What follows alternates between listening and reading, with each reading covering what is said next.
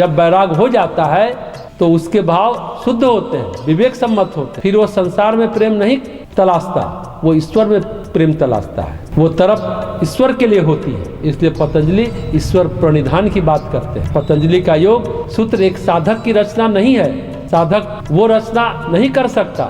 एक परम सिद्ध, परम दृष्टा, परम ज्ञानी, परम योगी वो रचना कर सकता है। साधक को क्या पता है कि कैवल्य क्या होता है? साधक को पर वैराग का रहस्य क्या पता है? पतंजलि तो ऐसे हैं जैसे स्वयं शिव हमें बताने सिखाने के लिए कर रहे हैं। पतंजलि विद्यार्थी नहीं है, वो उन्नत गुरु हैं। पर भर्तृहरि जिस अवस्था में उन्होंने वैराग शतक लिखा उस समय वो गुरु नहीं है, साधक है। उस समय तो उनके गुरु गोरखनाथ हैं, लेकिन बाद की अवस्था उनकी गुरु की रही।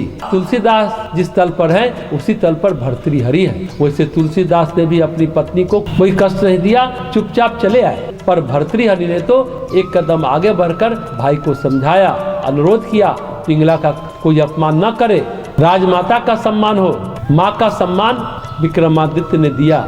जिस विक्रम की हत्या कराने की कोशिश की थी पिंगला ने, उसे माता का सम्मान दिया। यह है भाई के प्रति प्रेम।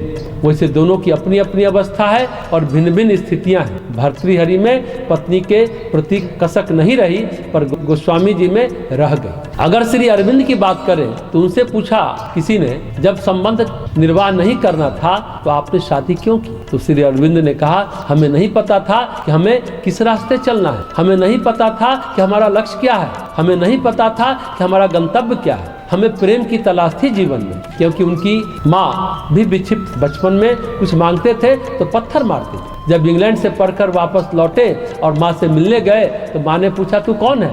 माँ, मैं औरो हूँ। अरविंद को औरो बोलती थी। तो माँ बोली, तू मेरा औरो हो ही नहीं सकता, मेरा औरो तो बहुत छोटा है, मेरा औरो तो छोटा सा था, तू कहाँ से हो गया?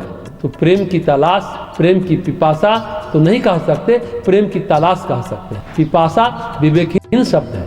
जब उन्हें वैराग हुआ तो उनके भाव शुद्ध हो गए, विवेक सम्मत हो गए, फिर वो ईश्वरीय प्रेम तलाश है। पर हर जीव को अपने कर्मानुसार जीवन जीना पड़ता है। जो इच्छा है, जो कर्तव्य है, वो तो करना ही पड़ता है। पर जब इच्छा न हो तब भी अनिवार्य रूप से करना पड़ता है।